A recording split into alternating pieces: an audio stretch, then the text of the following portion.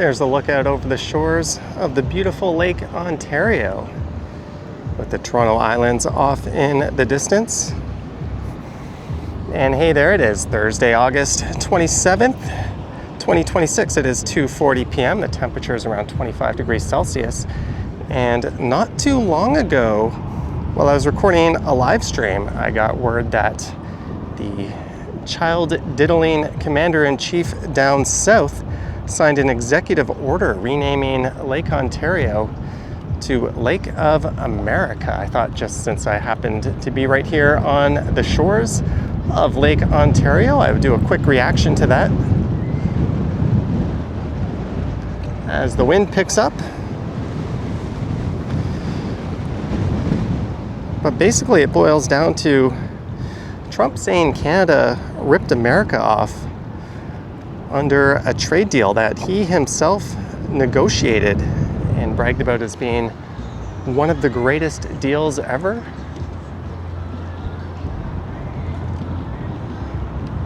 There's the South Core District of Toronto and the CN Tower. And that agreement is known as CUSMA here in Canada, but in the States they call it the USMCA. And essentially, he just ripped up NAFTA and renegotiated virtually the same thing. But if it was such a great deal, he is questioning his own masterful work right now. And there was a breakdown in recent trade negotiations between Canada and the US due to a bunch of last-minute unreasonable demands by the US trade negotiators. And I know this isn't really a political channel. People don't really tune in to hear my thoughts on anything, but this is fairly topical as the city of Toronto sits right on the beautiful shores of Lake Ontario.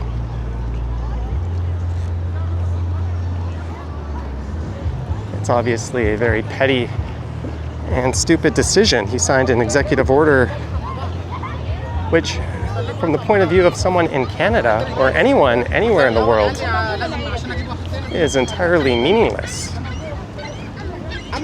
Renaming the lake, so the international community will still recognize it as Lake Ontario, and I'll get into why it's a particularly stupid thing to do in a moment.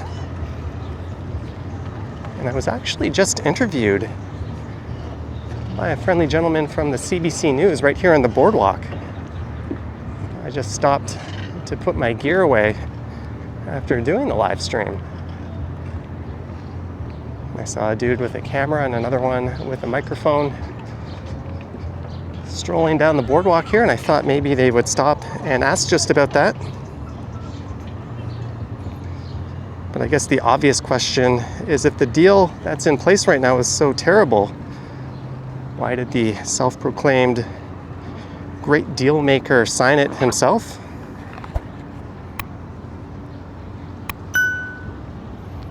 Even funnier, because this is the same guy selling himself as one of the world's greatest businessmen and negotiators, yet 6 different companies he's tied to have gone bankrupt, including a number of casinos. How the hell do you bankrupt multiple casinos? And when he puts a tariff on Canadian goods, it's not actually Canada paying that tariff. That is very much a tax on the importers, ultimately the American people, which is convenient since the cost of goods and the cost of living is at an all-time high in the States. So the US tariffs are collected from the American company importing the goods.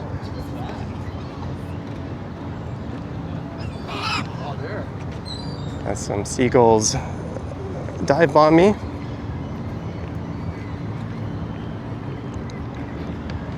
So I think it's important that when Trump says Canada is paying billions in tariffs, that is incredibly misleading. And he also says America doesn't need Canada, which is utter nonsense economically. Canada and the US have deeply integrated supply chains.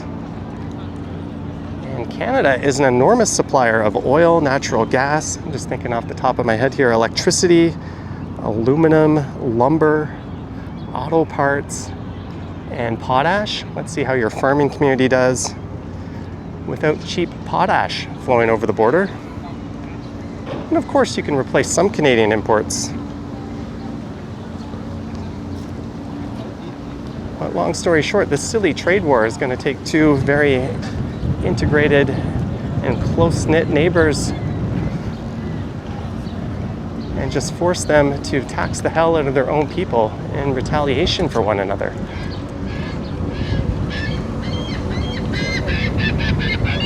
And there's this idea that the US runs a goods deficit with Canada, but they actually have a large services surplus.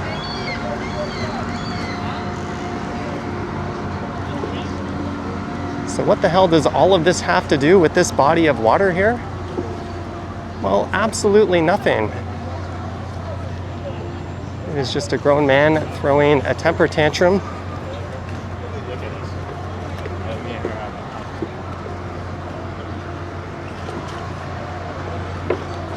Just as he did renaming the Gulf of Mexico to the Gulf of America. Absolutely nobody outside of the US acknowledges or recognizes that name. If you're in the US and you go into Google Maps, it'll say Gulf of America. As soon as you step foot out of the US, every map recognizes it by its rightful name, the Gulf of Mexico. That was another very petty tantrum caused by or thrown by Trump.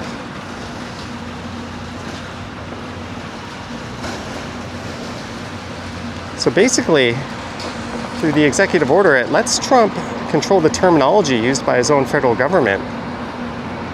But he certainly can't order Canada to rename Lake Ontario. He can't change Canadian maps. He can't change the international border. And he certainly can't and has no say over Canada's sovereignty over roughly half of the lake.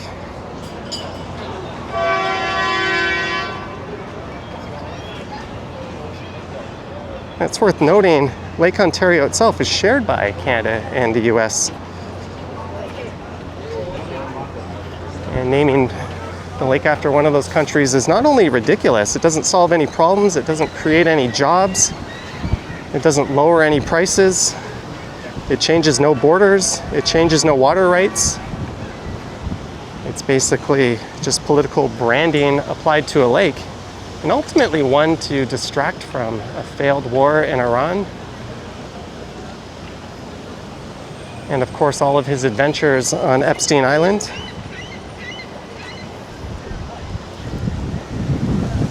It's also not really the dig on the province of Ontario that he thinks it is.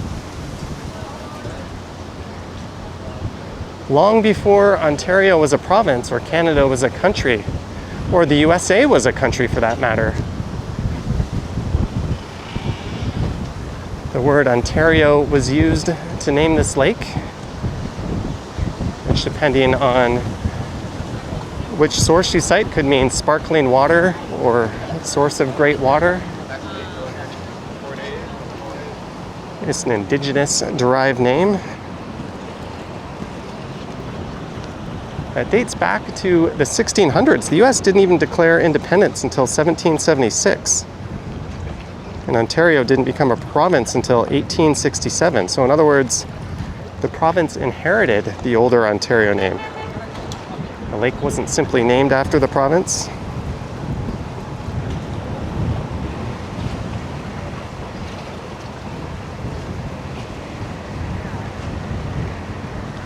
So in a nutshell, it's been renamed in the eyes of Donald Trump, and Donald Trump only, pretty much, and well, maybe the 80 million or so very stupid people who supported him under a deal Trump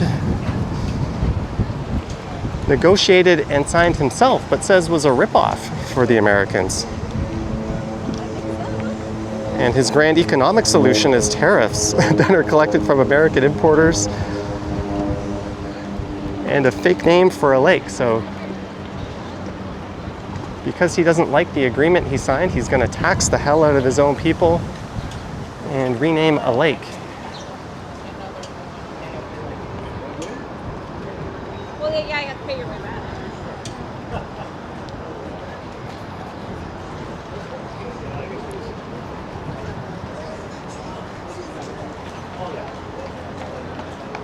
Speaking of Canadian, you can get some delicious beaver tails right in here on the right. I'm already. There's a streetcar. Maybe I want to hop on the next one of those and make my way up to Union.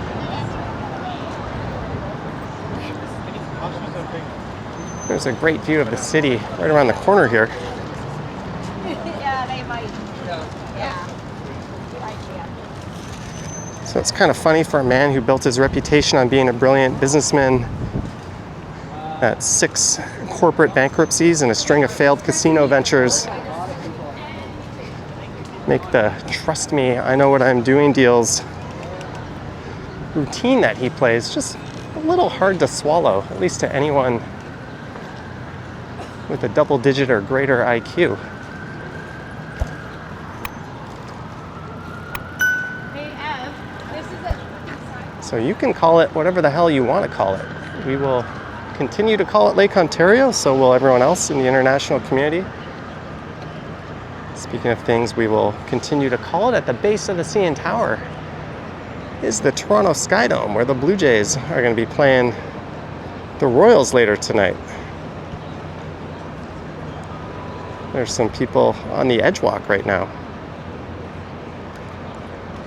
So just like the Sky Dome in Yonge Dundas Square, this will always and forever be Lake Ontario. And anyone with a brain can clearly see this is just a petty attack on our country to distract from his failures abroad and at home. Not that things are perfect here. Sorry for the political talk, but no, I will not be calling it Lake of America, at least not seriously or in any type of serious capacity.